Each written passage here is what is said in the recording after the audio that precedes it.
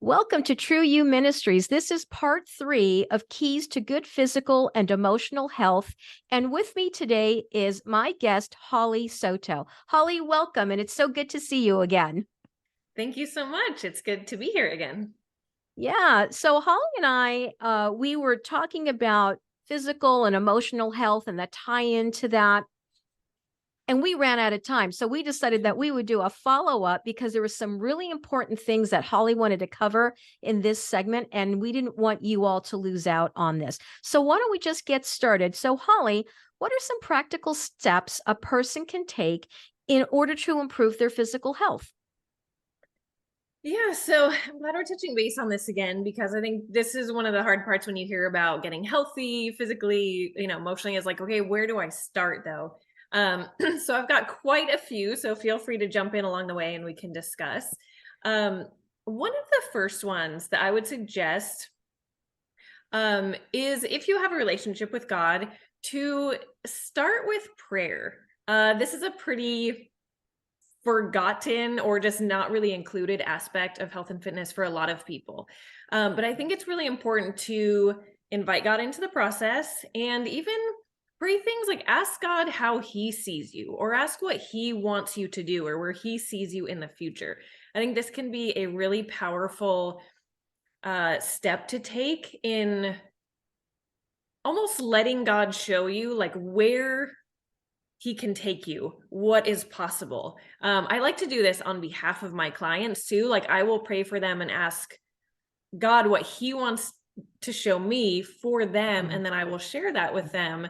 And a lot of times I think that's it can be eye opening. It can be empowering. It can be affirming of something that they're already thinking. And it just sort of validates their feeling. And I think puts a little bit of oomph, for lack of a better word, behind that goal that you see. Like it makes it feel more possible when you see, God can get me to this point, or he wants to do this in and through my fitness or my food that I'm eating or whatever that is. So I would always kind of lay a foundation of prayer, bring God into it and ask what he wants to do and ask him to give you the strength to follow through with the things that you want to do. I think that's so great because we tend to forget to go to the Lord in prayer first, because he's our source. He will have answers for us. And yeah, I think that is just such a forgotten thing, just, on a daily basis. So that's a great point. Yeah. Um, what else do you think is a good first step for people in terms of improving their health or even starting this journey? Because there's so much information out there and it could be really overwhelming.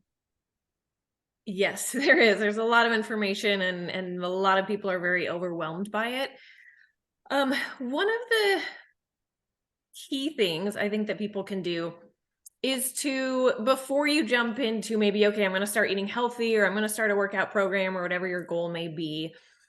One of the things that you can do is to identify any obstacles that either have prevented you in the past from succeeding if you've tried to, say, lose weight or follow a certain diet for other health reasons, um, Mhm.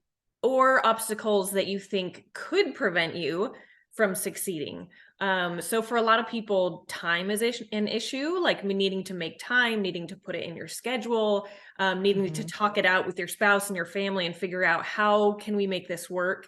Right. For some people, it's a vacation, it's a wedding, it's a big event. Like how can you plan ahead for that so that that doesn't throw you off or feel like you fell off the wagon or you don't go on vacation, gain 10 pounds, and then come back and feel discouraged. So kind of thinking through, what things are going to make this really hard for me and what can I do now to kind of Mhm. adjust for those things? Mhm. What hasn't worked in the past? What can I Mhm.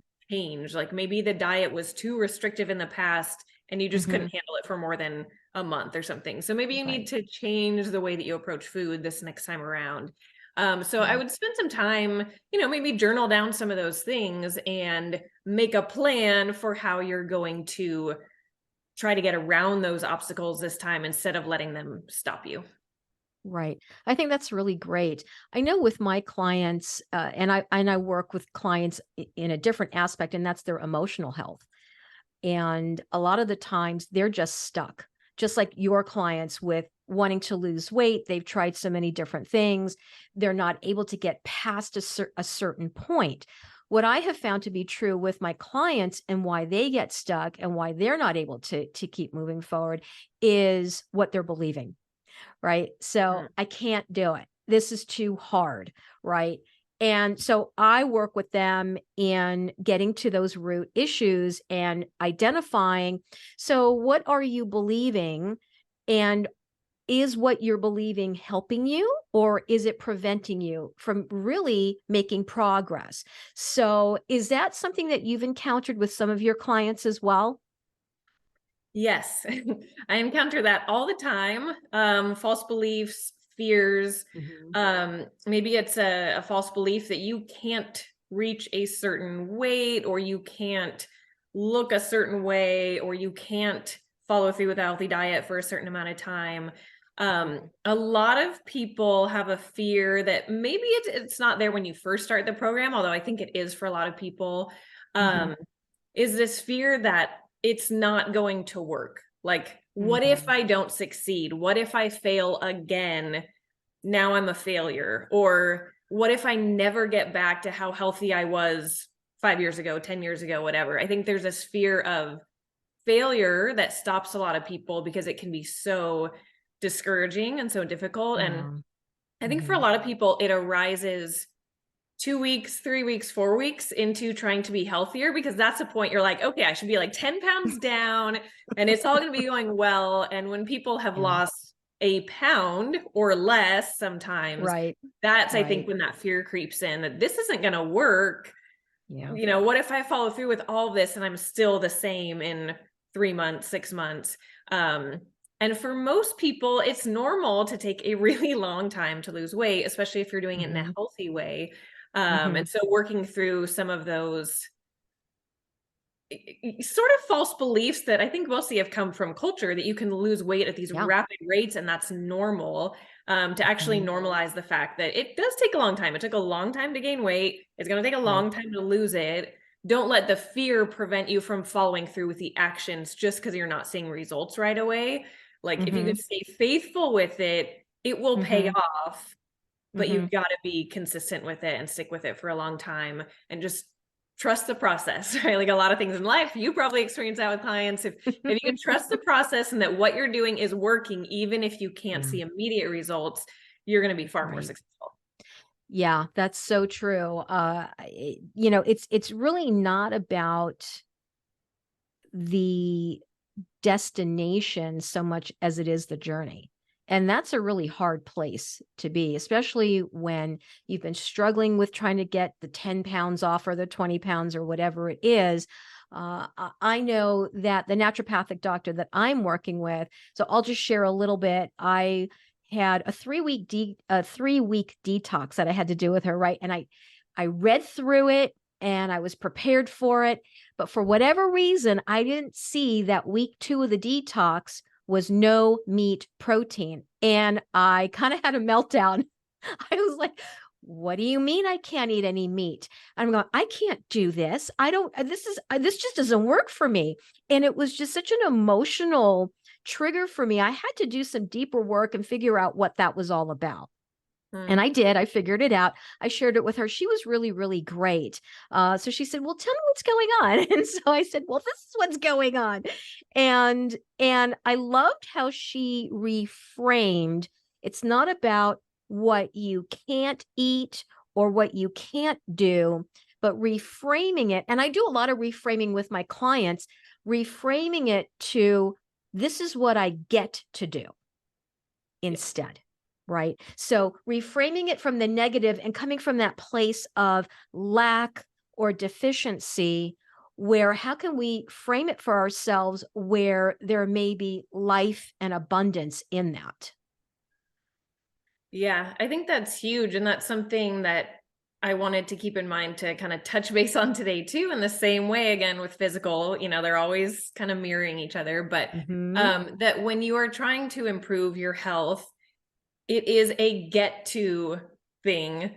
Mm. with God too. It can be Yeah. part of our spiritual lives, and it is a Hmm. get to thing. Just like you, like going through a detox doesn't sound fun. That sounds like a have to No. thing. But if you can reframe it in, I get to help my body clear out toxins. I get to help Mhm. kind of reset my body to become really healthy and feel really good and figure out what's going on with it and, cleanse it and all of these things.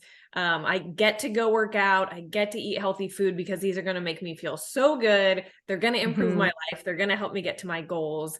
If you can look at it as this is a good thing that I get to do. I have the Yeah. ability to move my Mhm. body and go out and do these things and purchase these foods instead Yeah. of I have to do this. It's this heavy burden that makes it really hard. But I think that's really important to Yeah. reframe the process to be Yeah. this is something I get to do and it's going to be really good for me, not, oh, this is this Right. horrible thing I have to do.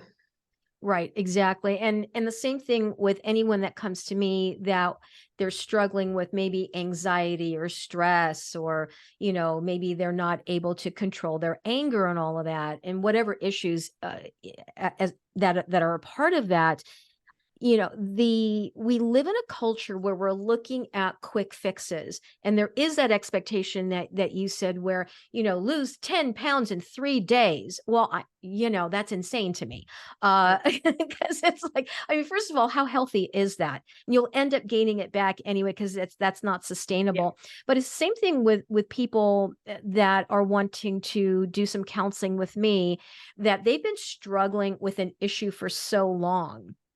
It Mm. is going to take time, at least a year, to uncover the root issues, to then start implementing some healthy ways of coping, because there are unhealthy ways of coping. And food is one of them. Substances are another. There's anger, there's being a workaholic, all these different ways of anesthetizing pain. But pain felt allows for healing to happen. And so a lot of people will want to avoid feeling any kind of pain. And I'm not saying Mhm. that there's physical pain in weight loss per se. There is an emotional aspect to it. So we have to look at, when we're looking at making any kind of changes that are in the positive for us. I'm just thinking about this right now. There's a loss that happens that we have to grieve, and that is the way that we used to cope, the way maybe that we used to eat and maybe not exercise that got us to where we're at. There may be some medical issues. So there's losses in that also need to be dealt with on an emotional level as well. And maybe some of that could be an obstacle for people in moving forward, where they're not identifying there's some loss that's involved in this. But then I get Mhm. to. So, yeah. Yeah. Yeah, that's a great point. I do think that's a big part of Mhm. it, especially with food and how we go to it for comfort. Mhm. Yeah, I think there is a loss in there that I can't go to this bowl of ice cream or I can't go to my favorite restaurant or whatever. There is, Mhm. like you Mhm. said, I mean, you would know more about it, but maybe there is an element of needing to recognize that, think about it, address it, grieve it in a sense if you need Mhm. to, and then Right. focus on the good aspect of it. Yeah, absolutely. So I would love to hear some more from you with regard to specifically, what are some really great ways of eating that, and picking foods that will help us, because we know there's foods out there that hurt us. So we want to be able to focus on in our health, picking foods that will bring about healing for us physically, which in turn absolutely impacts our emotional health as well. So would love to hear Yeah. from you. What are some things that people can do where it won't break the budget, by the way, but it will help them get on the road, and it's not all done at the same time? Right. Yeah, so I think um one of the big things is kind of like you said, is to maybe focus on what you can do, what you can eat, Mhm. what you can do that's Mhm. going to improve whatever it is you're trying to improve. So generally, regardless of the goal or the disease or the condition, eating whole natural foods is a big one, and as much as possible, organic. Not every fruit and vegetable has to be organic. There is a list that the EWG puts out every year called the Mhm. Dirty Dozen list. And this will give you Yeah. the top 12 that you should buy organic because they have the most pesticides in them. If something's not on that list, then like you said, you can probably save some money, not break the bank by buying some products not organic because they're not going to have many pesticides in them. Mhm. Um, and then just in general with other foods too, your meats, your fish, that type of thing being antibiotic free, hormone free, wild caught fish versus farm raised fish, and just trying to eat foods that really come from the earth, like the stuff that God put here on the earth, that Mhm. natural food that has fiber in it, that has vitamins and minerals and Mhm. phytochemicals and antioxidants and all of these things. Those are the foods to focus on, and Mhm. trying to cut back a bit on the packaged foods, the highly processed foods, the foods that have lots of sugar added to them, the foods that are Mhm. full of chemicals, dyes, flavors, all that type of thing. So, Yeah. I generally would suggest try to eat those really wholesome natural foods like 80 to 90% of the time, and then give Mhm. yourself a little bit of room for those more like fun foods, maybe, or those Mhm. comfort foods even. So where most of your diet is going to be really healthy and giving you tons of nutrition and keeping you full and all of that. And then give yourself a little bit of wiggle room so that it doesn't feel like this burden or this super Yeah. restrictive diet.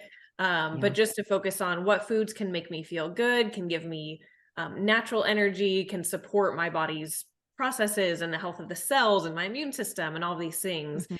Um, that is a big one that is going to help pretty much anyone across the board, whatever it is that they're struggling with.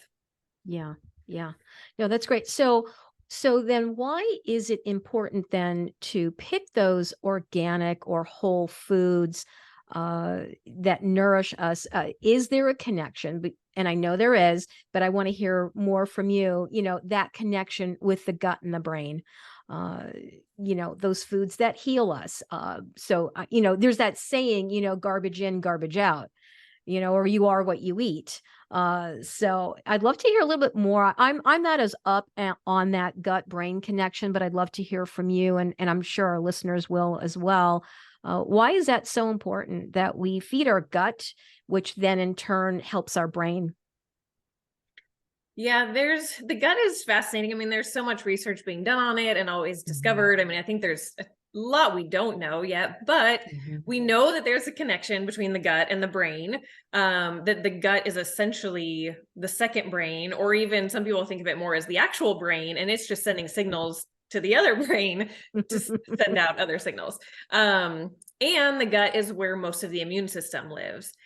Mhm. So your immune system, most of your health is impacted by what's happening in your gut, the bacteria that live in there, the amount of good bacteria versus bad bacteria. These all affect Mhm. your likelihood to get diseases, autoimmune conditions, different gut health and Mhm. digestion issues. And then it also impacts your brain, your mood, your feelings.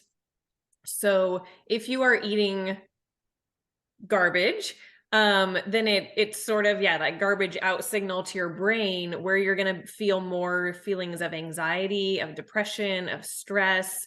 Those junk foods and chemicals, I don't know the exact mechanisms and how it happens, but that does tend to Mhm. lead to more of those types of feelings.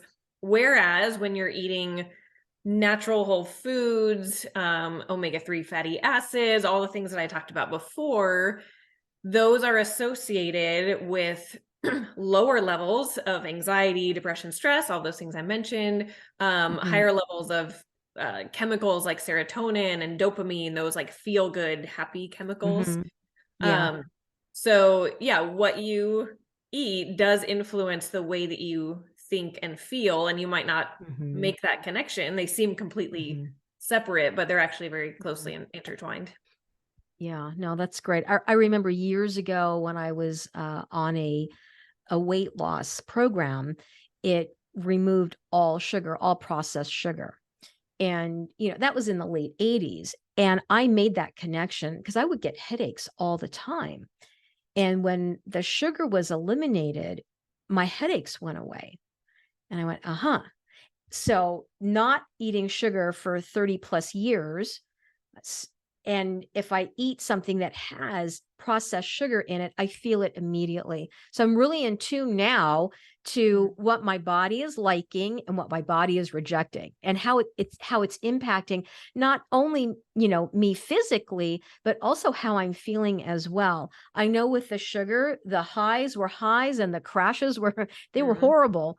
So and our bodies were designed by the Lord to heal itself. Yeah. So I know that with a lot of the agriculture and the farming that's going on in our country and probably around the world, and I know there's a biblical aspect to this in the Old Testament, where not only does the Lord want us to have a Sabbath rest one day a week, but He also had a Sabbath year where there was no farming, none of that was going on. And yet people were able to still have everything that they needed because they were obeying what the Lord had called them to, was to not, farm on the land, let the land rest. And I know that Israel to this day still does that Sabbath year, which is Mhm. really incredible.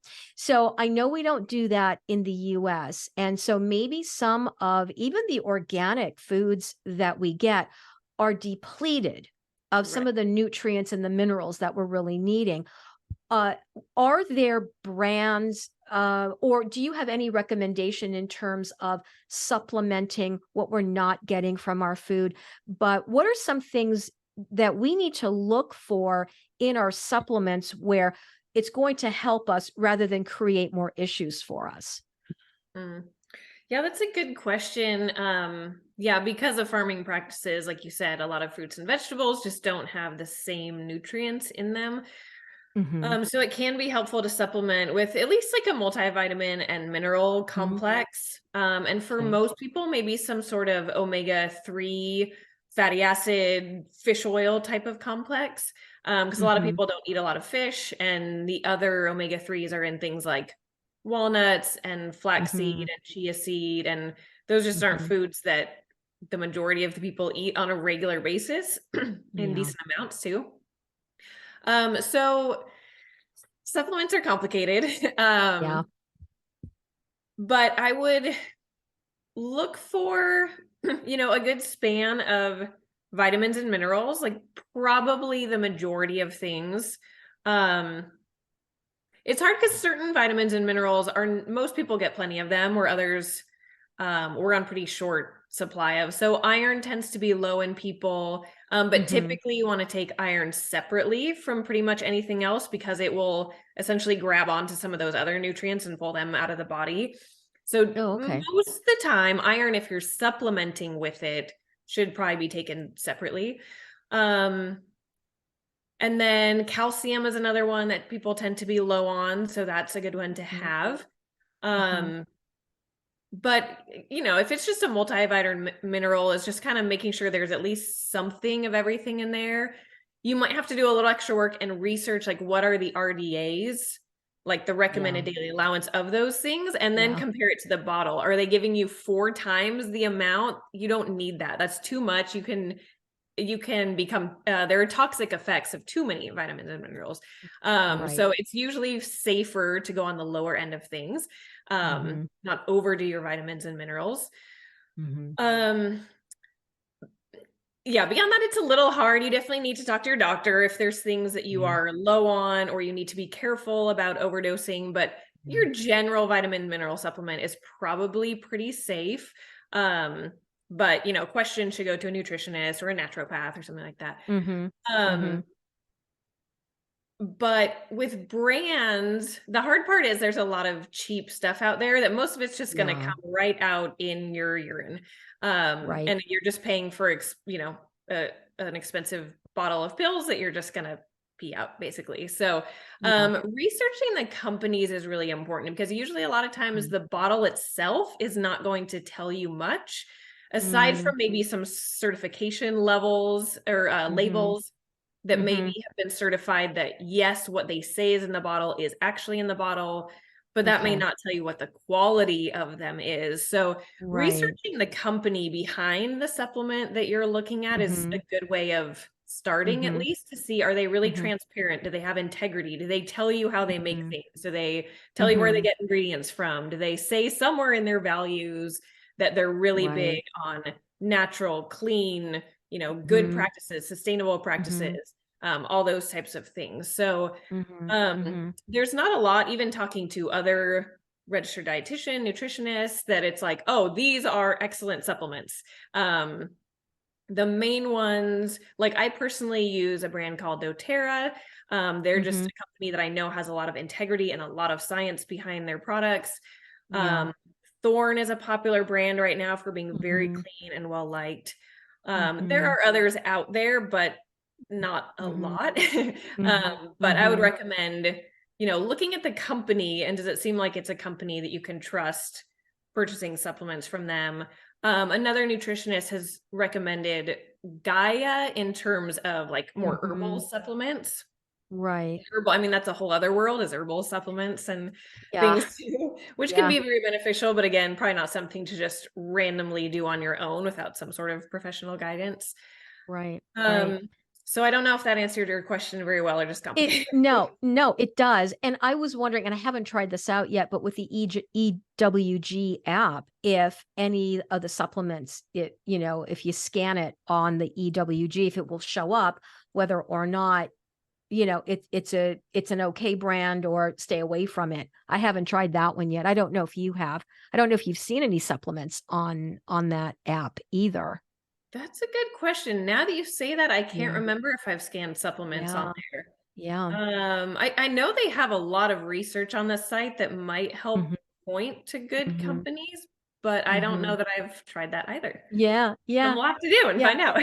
I know. We'll have to do it. And I like, when you said in researching the companies and making sure that what is in the bottle is actually in the bottle. And I have to tell you, that is something that I think about all the time. I'm like, how do I know that what's in Right. my bottle is actually what's in my bottle and that it's going to really help me, So, all right, that's great. Is there anything else in terms of so we were looking at we talked about food, we talked about supplements. What about some basic exercise tips? Say someone who hasn't exercised in a while and they want to get back into it. I always, with my clients, whenever they're wanting to write goals, I'll tell them measurable goals, be realistic in your goals, especially when it comes to their prayer life or devotional time with the Lord. If they haven't been reading their Bible, I tell them it really isn't realistic to say that you'll spend 2 hours a day. Because you're not going to do it. So to set measurable goals where it will allow you to have consistency. So I would assume with exercising, it would be the same thing and not spending 3 hours a day in the gym because who really has that amount of time? But what would be some basic tips in getting started with exercising for folks? Yeah, good question and good kind of tips that you added in there. Mhm. I agree that starting small and reasonable is really important. Like, most Mhm. people should be working out at least 6 days a week, ideally seven, even if it's just kind of walking or gardening or that type of thing. But Mhm. most people aren't going to start with working out 6 days a week. It's too much. If you're like a very sedentary person, you're at a desk all day, you're on the couch most of the day, to start Mhm. working out 6 days a week is a little too much. Like, that might be the ideal long-term goal, but I almost never Mhm. start people there. I usually suggest, like, can you start with like 3 days a week? We'll start there and you can always add, but that's easier than starting at 6 days a week and burning yourself out within a month and then you're sick of Right. exercise. So I would definitely, just like you said, like, start with smart goals where it's what's reasonable, what's doable with the schedule that you have. Like you Mhm. said, maybe an hour would be great. That's a great amount of exercise, but is that going to happen? Or are you going to go, oh, I Mhm. didn't have time for the hour, so I did nothing? I always say, like, at Mhm. least if you can do 15-20 minutes, do Mhm. something rather than Mhm. say you have to do an hour. And if you can't do an hour, you just skip the whole thing. Just do whatever you can do. So I would Right. suggest people, if they're not exercising already, start with like 20 minutes a day And walking is probably the easiest thing for anyone. Mm-hmm. Anyone is pretty good with, okay, I can go for a walk. And then maybe once you get in the habit of that, then maybe you can add in a day of strength training, or you can change one of your walk days to a walk jog day or a swim or a hike or something like that. And kind of start to build. You do want to do cardiovascular exercise like walking, swimming, running. You do want to do strength training. Strength training is very important, and a lot of people skip over that because all they ever want to do is walk and never go further than that. Strength training is really important for building muscle, boosting your metabolism, building strong bones, making all of life easier, because now you can carry groceries and you can, get up and down off of chairs easily, and just those, simple type of things. But again, it might be a little bit much to go start doing a 3 days a week strength training program. So it's important to do both, but to sort of ease into it, like I said, maybe 3 days a week at first, then maybe 4, then maybe 5, or maybe you start adding on and you do 30 minutes a day instead of 20. So I would agree. I would write down some realistic, attainable goals that you want to start with, and maybe do that for 3 or 4 weeks, assess where you're at, and then see if you can maybe add in a next step to kind of keep you going, keep you getting strong and healthy, and, depends on what your goal is.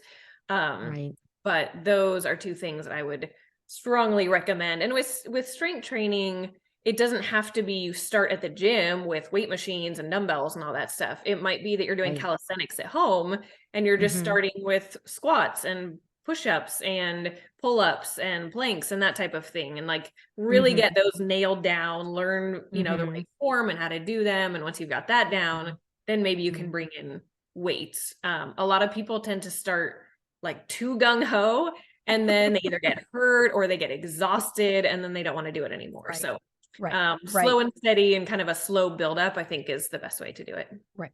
Or they're really, really sore and they can't move for 3 days. Yes. Yeah. And then they don't want to experience that again. So it's like, well, I don't want to go back and do that same workout. Yeah. I know. That's so funny. And so I think that everyone's got 15 minutes a day where they can do something, where they can move their bodies. And I know that when I was working in LA, there was Echo Park Lake just down the street. So during my lunch hour, a coworker and I, we would go to that lake probably 2 or 3 times a week, and we would walk around at one time. That would be about 20 minutes, maybe 25 minutes. And then we still had time to get back and eat our lunch. So, for people that are feeling like, or believing that they don't even have the time to even walk, if you're at work and you do have a desk job, maybe get a couple of coworkers to go with you. It's always more fun to exercise with someone else than to do it by yourself. So wherever possible, make it fun. Definitely. I agree with you. I think a big part of it is finding, what do you like to do? Do you like to walk with 5 people at lunch? Do you like to go to a group fitness class and meet other people and hang out? Do you like to do it alone? Do you like one-on-one with a personal trainer? Like, you might have to try different things, and you might realize like you hate working out at home alone, but you love Zumba class, or vice versa. You can't stand being in groups, but you love being at home with a YouTube video or something. You might love a challenge. Like, some people are very motivated by, say, doing like a couch to 5K program, or, I'm going to do a sprint triathlon, or I'm going to do a 5K walk, or, whatever, like some sort of challenge, or something even that you put money into and you have to commit to, like a race of some sort.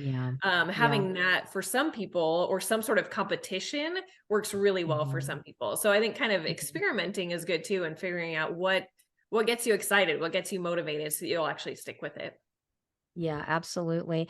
And for people that have not worked out in a really, really long time, and maybe are just a little bit overwhelmed and trying to figure out how to even get started, Holly had some really great tips here, but I would reach out to Holly, because she can help you get started and figure out what it is that you're really wanting to accomplish with your goals, whether it's with your eating or wanting to get fit, or even both. Holly and I have worked together.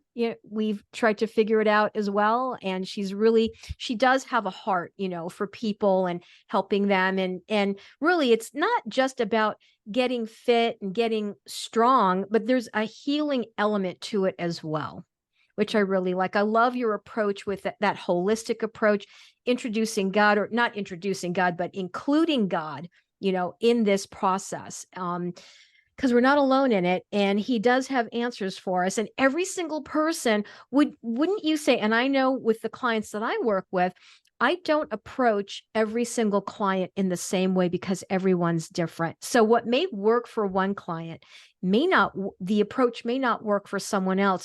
So my clients are my best teachers. They're the ones that I learned from. And I learned so much from them.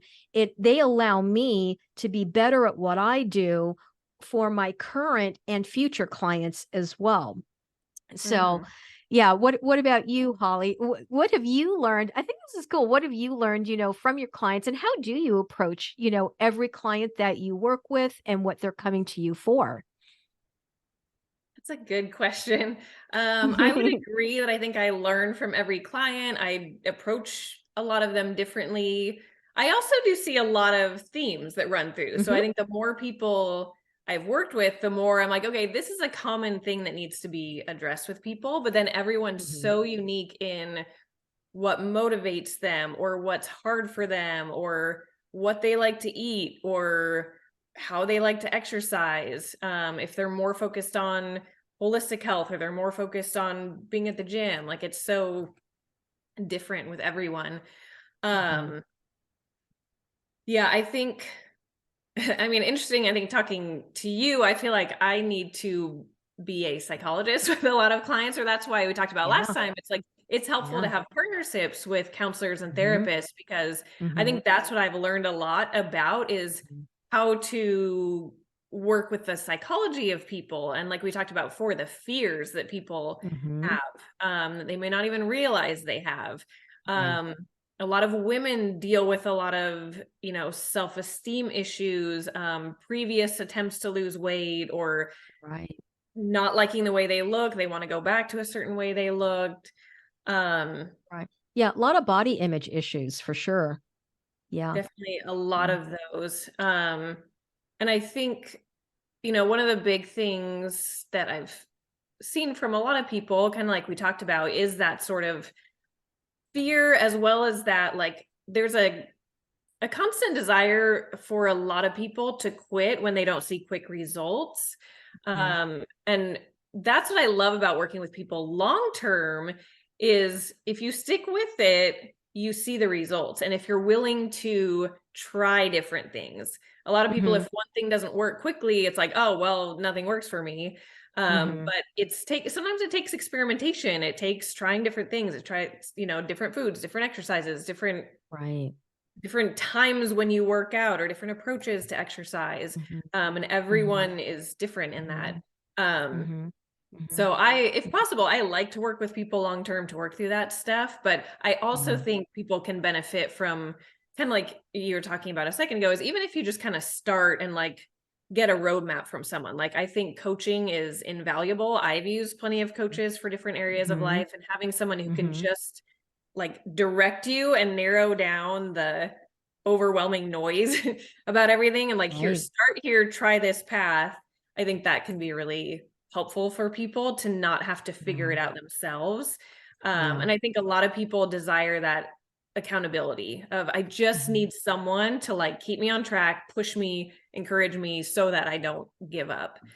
Yeah. Um, and I Yeah. think Definitely. that can be done through a coach, that can be done through a trainer, that can be done through your best Mhm. friend, a Mhm. spouse, a group of Yeah. like-minded Yeah. people, a counselor, Yeah. Yeah. Um, Yeah. Definitely. I know. I'm not a nutritionist. I'm not a fitness coach or anything like that. And a lot of the women that I do work with, there are body image issues. There are struggles with food. I can get to the emotional aspects of it. I can get to those false beliefs, but helping them get started, everyone's different. And so that's why I too like working with other people who are that's their area of expertise. So And I think we need a team of people, to help us with the different things because I can't wear all the hats and I'm not supposed to. And I've had my own struggles. And I think what was really helpful for me was with this naturopathic doctor that you had referred to me, Holly. She ran labs and ran 30 tests. And we were able to finally figure out, oh my goodness, this is what's going on here. It's not that I don't know how to eat well. It's not that I'm not exercising, but there were other factors involved that I did not know about. That was an obstacle for me. So now that we have an answer, we have a path forward. And would you say for some of the clients that you work with, where part of the struggle may be that they don't know all that may be going on and maybe lab work might be helpful for them? Definitely. Yeah. I think a lot of people don't know what all that's going on. And that's why I like the holistic approach is it could Mhm. be your stress that's the main issue. It might not be your food, or it might be your sleep, or it might be, something going on in your body that you have no idea about. So then I can come in and help with some of those things. And then there might be people kind of like you where I don't run labs, but maybe I can Mhm. refer you to someone who runs labs Mm. and can figure Yeah. that out for you. So, like you said, I think we need a team sometimes because sometimes there is a lot.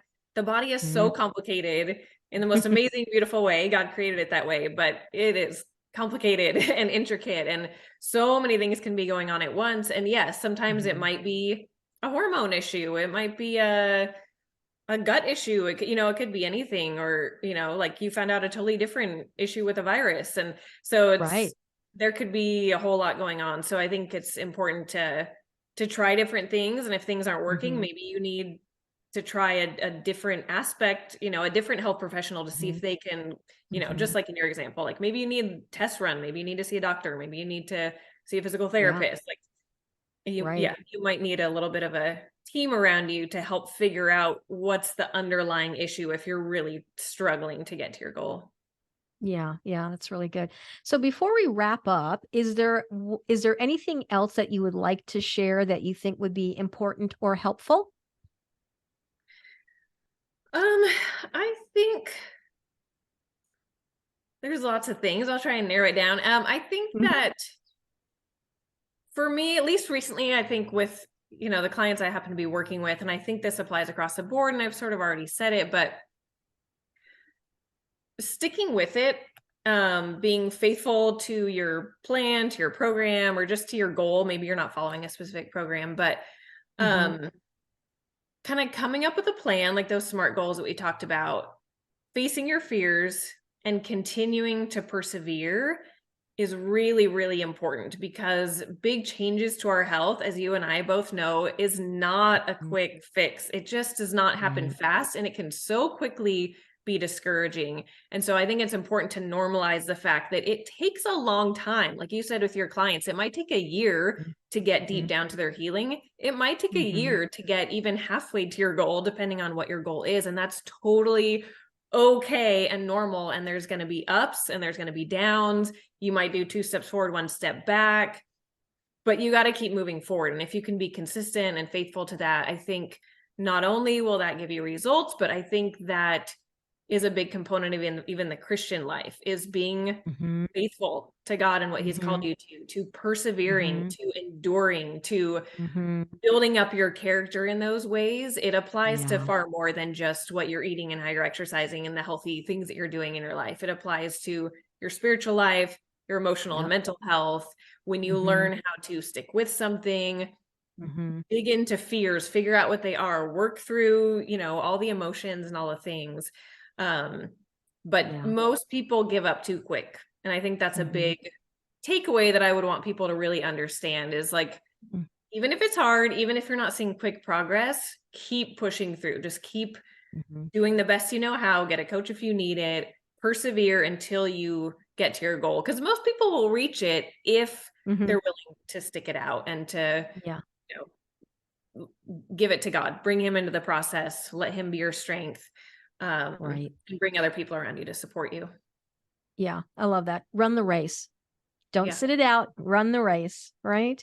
And Yeah. and and allow God to show each and every one of us, those of us that are in the race, what does he want us to see in this? What does he want us to learn about ourselves? What does he want us to learn even about him, right? So when we enter into this with him, there is so much that he is going to reveal. And really, I think just keeping focus on the end goal. What is the end goal? Is it to lose weight? Or is there something more profound than that? And I'm not saying that losing weight isn't, a big deal. It is. But what ultimately in losing that weight will you gain in getting healthy, right? Yeah. Not eating the way that you used to, and just sticking with it and knowing that it really is a marathon and not a sprint. Yeah. Yeah. So I so appreciate you being here today, Holly, and all the really great information and the tips. And underneath the video, there will be links to be able to contact Holly. Holly, do you give a free consultation at all if anyone were to call you to explore being able to work with you? I do. Yeah. So if you are able to put my email in Hmm? the show description, people can email me Yeah. there and get a free 20-minute consult to kind of learn more about Great. what I do, how we can work together, how I might be able to help you reach your goals. So we can do that. And then additionally Hmm. on my website, I have a resources page. And if you Hmm. just maybe you're not quite ready for coaching, but you want just some guides and help, there's a bunch of free downloads. I have like goal setting guides and some different meal plans and grocery shopping lists and things like that. So that's even another place you could go if you just need like a little something to get you started. Hmm. Um, Hmm. those are both Hmm. available too. Yeah, I love it. All right. So I normally end of the show with some scripture to encourage people that are either watching or they're listening. And let me see which one I'm going to do. Oh, yes, I love this. So Psalm 62:8. Trust in him at all times, O people. Pour out your heart before him. God is a refuge for us. I love that. All right. Well, thank you so much, Holly, for being here. And thank you to all of you that are listening and watching. And make sure you tune in next week. There's another great show on the way.